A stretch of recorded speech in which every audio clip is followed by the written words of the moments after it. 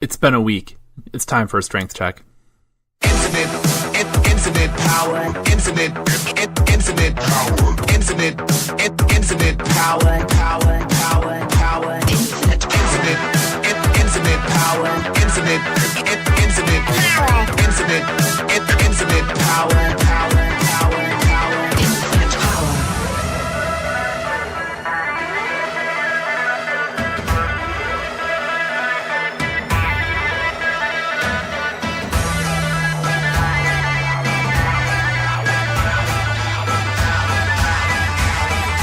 Infinite power. What's up, everybody? This is Dr. Andy Wilczek. This is another episode of Strength Check. So this week's episode might end up being a little bit shorter than usual. I guess we'll kind of play it by ear because of the holiday. I've got family in town. My daughter, somehow I blinked and she turned 1 and she's trying to walk, which is insane, and I don't approve of it. I'm just not sure where the time went. And so it's been just one of those, a string of emotionally exhausting and time-consuming few days. So, yeah, so there's that. So last week we talked about President McKinley and his assassination and his assassin, and I guess just what McKinley's legacy is. And since that episode came out, since I recorded it, at least, I've been thinking a lot about why we don't talk about McKinley more. And people have said it's that, well, you know, he's just not, he's boring, his presidency isn't exactly really interesting, and I really disagree with that. Like, if you look at what he accomplished, for better or worse, William McKinley was one of the most important presidents in American history. Like, nothing that exists today, like the timeline, I think, was irrevocably altered by McKinley. And it's a mystery.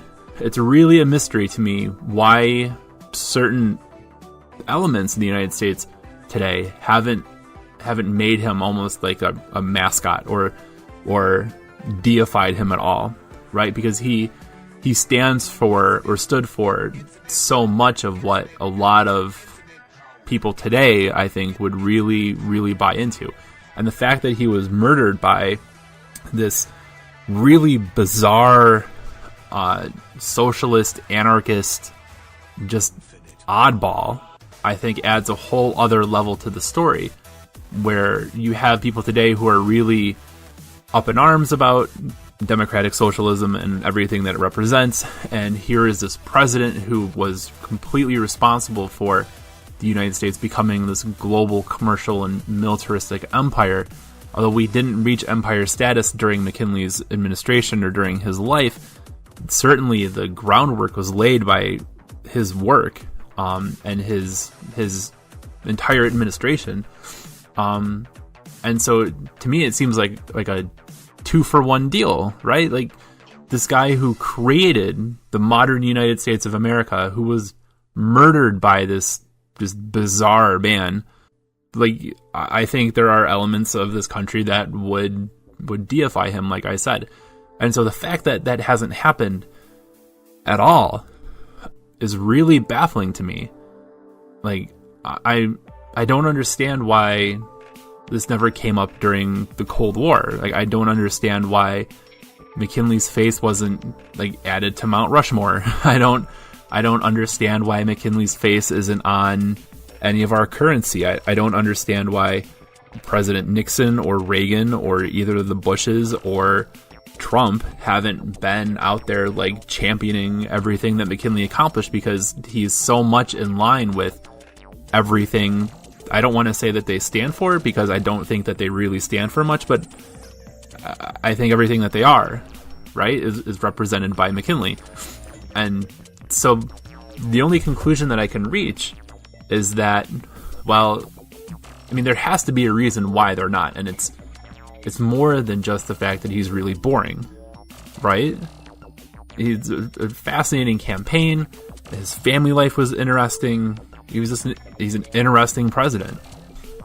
So the only conclusion that I can reach, and I think it's like the most parsimonious one, is that maybe people don't hype McKinley so much because taking a hard look at what he did would probably remind people that there was a period in American history where the things that we're doing today that we think are completely normal were kind of a radical new idea.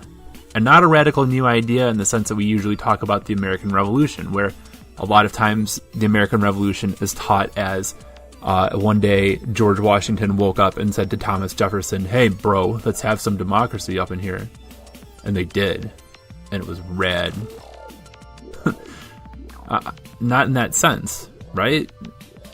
The sense that the United States was still this weird sort of backwater rebel colony that suddenly became the colonizer. I wonder how people would take that. The idea that companies didn't mass produce stuff when mass production has become like the norm for us, beyond a norm. It's become woven into the fabric of our identities almost. And so to consider that there was a period in time where companies just made what they could sell and people made stuff by hand and it wasn't Etsy and it was normal, you know, for everybody who wants to make America great again, wouldn't that kind of like make them think twice about what parts of our past we're trying to actually embrace? And so I kind of think that the reason why people don't teach McKinley is because of the power that it would give people in learning about McKinley, right?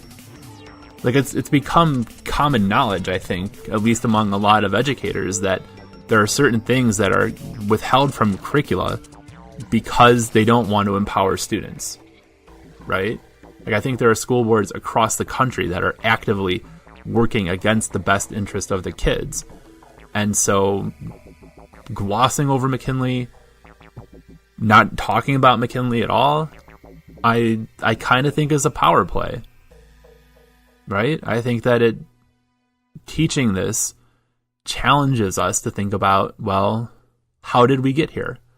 And instead of like asking that question, it's so much easier to say, well, there's the Civil War and President Lincoln was assassinated and then the Union won and everything was cool until World War I, and then that was weird, and then suddenly World War II happened.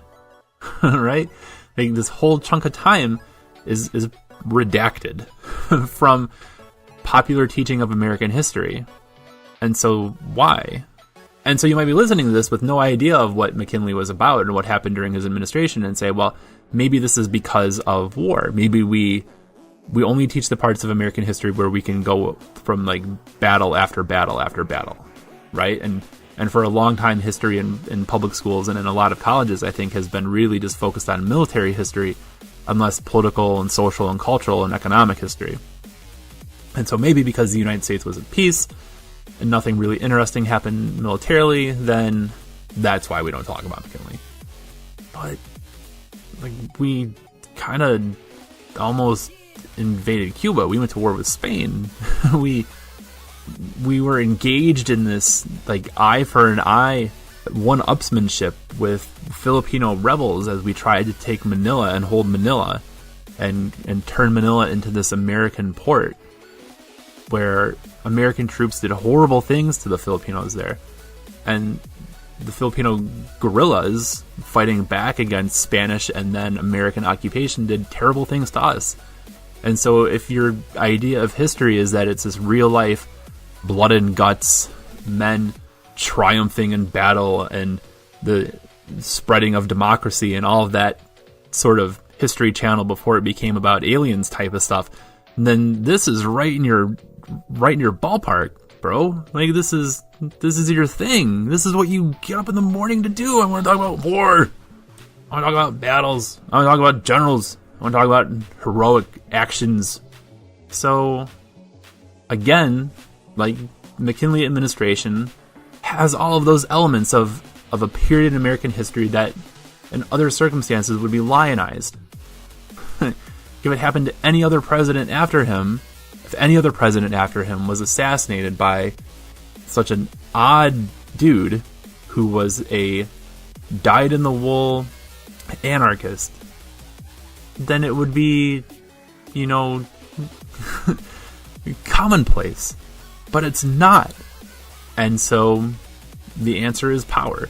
I mean, that's what it comes back to in virtually everything, right? The answer is power. It's not boring. It's power. It's 100% power. And as I sit here and think about this and work my way through this question of why we don't talk about President McKinley when his administration laid the groundwork for so much of the rest of American life and what we know of it today, what we understand today, the only thing I can think of as to why it's not taught is that we don't want people thinking about what life was like before mass production, before global capitalism, before all of that. The other question that I've been wrestling with is, and I might have mentioned this last week, is would any of this have happened, or would this have happened regardless of who was president? Did it matter who was in the White House in 1896 and in 1900, or would have it happened later? Right? Like, it's one of those intellectual sort of like thought questions that sometimes seems kind of pointless and can lead you down all sorts of like alt history rabbit holes, right? Like, what happened if Al Gore really was president in 2000? What happens in 9/11? Do we ever get Obama? Do we get Trump now? Like that type of stuff, right? But we're still living in that, so we can't really, I don't feel comfortable like projecting what ifs there. But 119 years ago, 125 years ago, math, we have plenty of perspective now. So, McKinley dies and Teddy Roosevelt becomes president, and Teddy Roosevelt would have gone to war. Teddy Roosevelt's ghost might come back and try to fight me now for talking about what a kind of strangely angry dude he was, like always spoiling for a fight. So invading Cuba and the Philippines, and my favorite Teddy Roosevelt story is that he wanted to establish American naval power, and so he slapped a fresh coat of paint on the fleet and wanted to send them on a world tour, and Congress says, no, we don't have the money for that. We're not doing that. This is stupid. And so Roosevelt sends them halfway around the world until they run out of fuel and says, well, so about that, guys, the entire fleet is stranded. Pony up. Kind of a little like authoritarian, but that's that charm, right? Like, that's why we like authoritarian dudes, that we say like, oh man, like I wish I could have the backbone to do something like that. Like, that's so cool that Teddy did that. So the military empire part of it, I think, was still going to happen. But Teddy Roosevelt wasn't somebody who was exactly the friend of the corporation. So maybe it does hold off, right? Maybe this idea of global American imperial capitalism doesn't launch in the 1900s. And so then if that doesn't happen, then like, does the stock market crash? Is there such a thing as a massive stock market crash? Do we have all of our eggs in this basket and then Black Friday doesn't happen? Like, I don't know. Like, there's lots of questions that you have to think about. Like, well, this happened and this happened and this happened. And so if we go back through and we flip a variable, right? We zig when we zagged, then what could have been? And, I think that eventually somebody would have come along and sold out, because that's kind of what McKinley did, right? He sold out to win the election. And so I think somebody else would have done it. I mean, we're dealing with it now, basically. So if not him, then somebody might have come along and done it. But then the timing of stuff happening outside of the United States makes it all really interesting too, right? Like, are we able to compete, if you want to think about it as a competition in World War I? I don't know. But it's interesting. On top of this, we have like the assassin, Leon. And I'm not going to try to pronounce his last name. I'm betraying my Polish heritage by not being able to pronounce his last name. I'm just going to call him Leon. I think that we're all okay with that. I apologize to my ancestors. They don't care. But so your boy Leon gets it all in his head that the president has to die in order for there to be some kind of massive blow against the capitalist movement in the name of labor and the workers. And, even though anarchy or anarchists at the time were saying, like, we do not support this is not something we want to have happen, we are non-violent, we're not into this, he still gets it in his head to do it anyway. And he does it, and he, like, in the aftermath is kind of freaking out and tells people that it wasn't worth it. And like, yeah, like, I probably shouldn't have done that. Whoops. My bad. I mean, I got caught up in the moment, and I probably shouldn't have done it. And like, he gets no support from anybody. There are no anarchists who are like really all about him that I'm aware of, at least. I mean, it's not the last time that socialism and anarchy and labor and all of this leads to violence in the United States at all. So I kind of wonder if people in the following decades like thought about him at all, and what the legacy of his assassination of President McKinley was. But anyway, like, his family like is so furious with him for doing it, and when he's electrocuted, his last words were about doing this to strike a blow for the working man, and then it's, he gone. So he's a perfect villain. Like, he's such a strange guy that the only reason I can think of as to why this story isn't talked about is, like, maybe today, with how we see people who are alienated and isolated and desperate, like, maybe there's fear that people are going to start looking up to Leon. Not that I would agree with anything that he stands for, because anarchy is a weird thing. Anarchy is not this idea of just complete and total chaos. I think that people paint it as that because, it's challenging the power structure. So we're going to call it a wrap for this week. I do want to talk about a couple of D&D related things coming up. So our semester is almost over. I am almost a free man from this academic year. I'm counting the days. I'm counting the hours, literally, until I'm liberated from what has been a grueling academic year. But this summer, on the D&D front, very excited. Play for Progress. I've mentioned it here many times in the past. We are going full steam ahead. We are starting in September at our first school, using D&D to help high school students who have dealt with trauma in some way.